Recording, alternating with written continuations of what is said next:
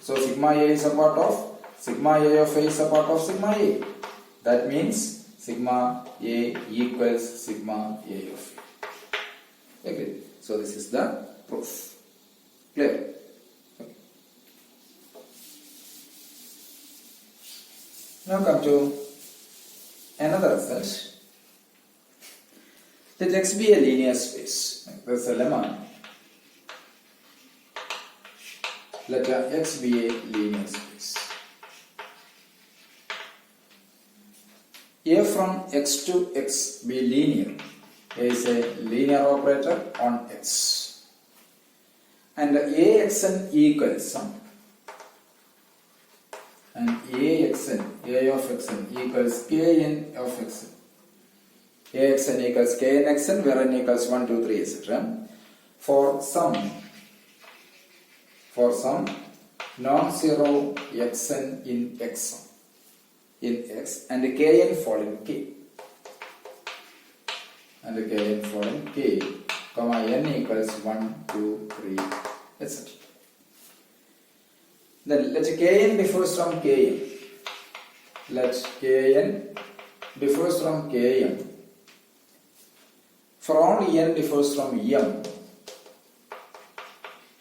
For all n differs from m, then x1, x2, etc.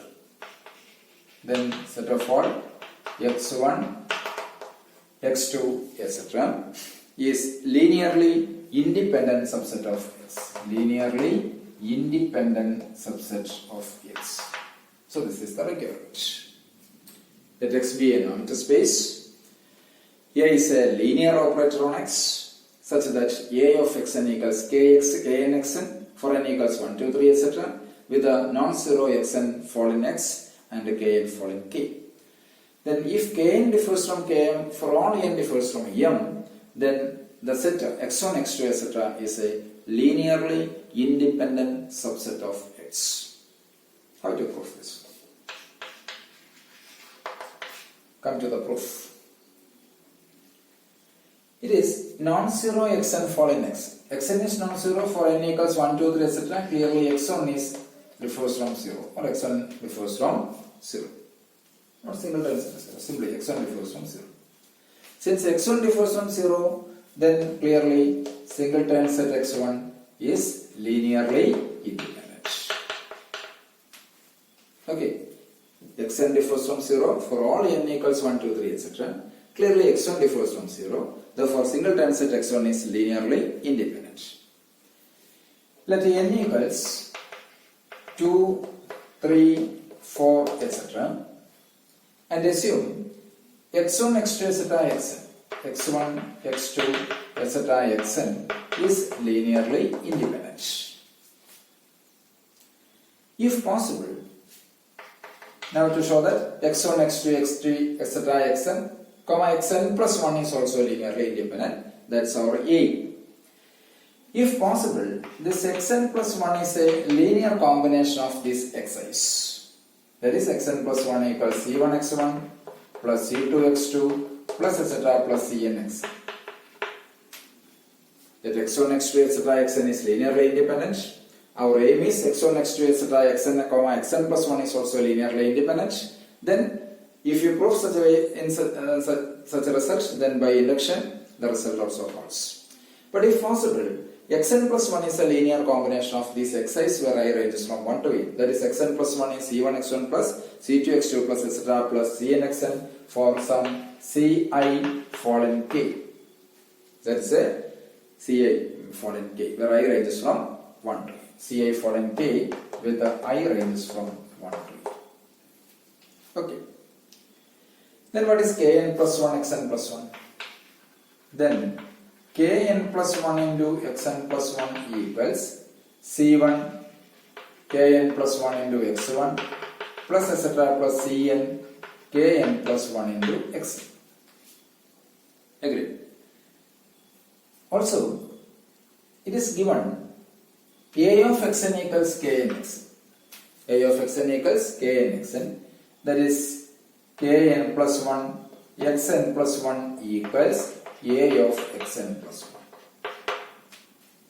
1. Okay, a of xn plus A of xn plus 1, but xn plus 1 is this one. C1 x1 plus etc. So that is sigma j ranges from 1 to n. It is yes A or Cj into Ax. Okay, Cj into Ax. Why?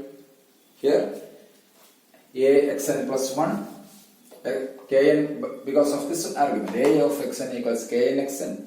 Therefore, Kn plus 1 xn plus 1 is A of xn plus 1.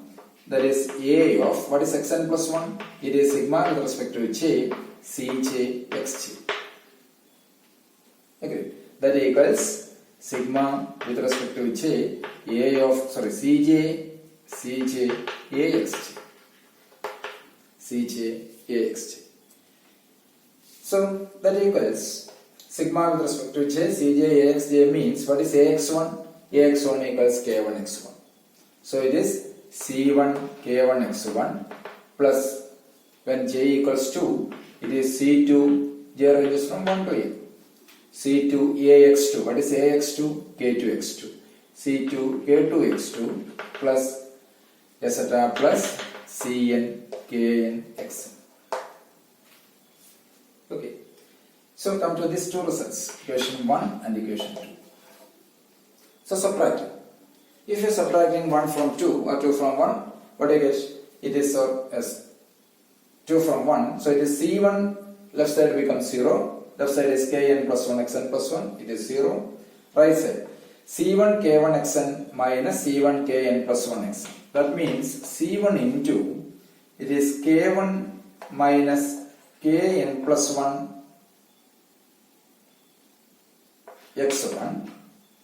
C1 into K1 minus Kn plus 1 x1.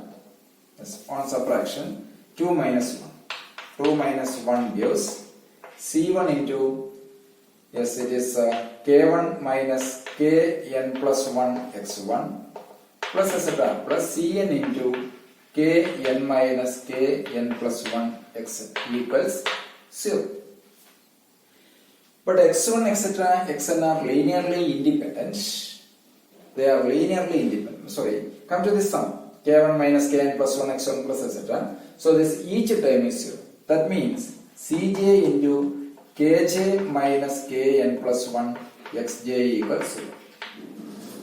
Since Kj, they are xj's are linear, x1, x2 etc. xn are linearly independent, then there exists some non-zero Cj such that C1 x1 plus etc. plus Cn xn are zeros. So since xj's are linearly independent, Cj differs from 0.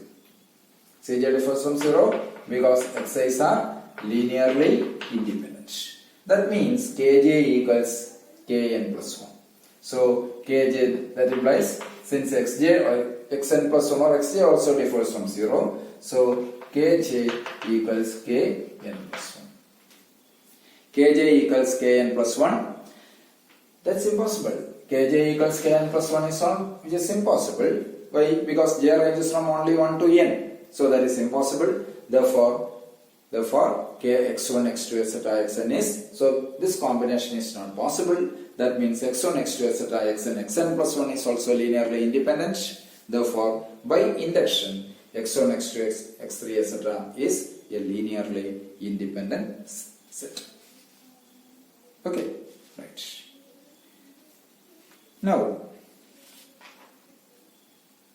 come to the another result.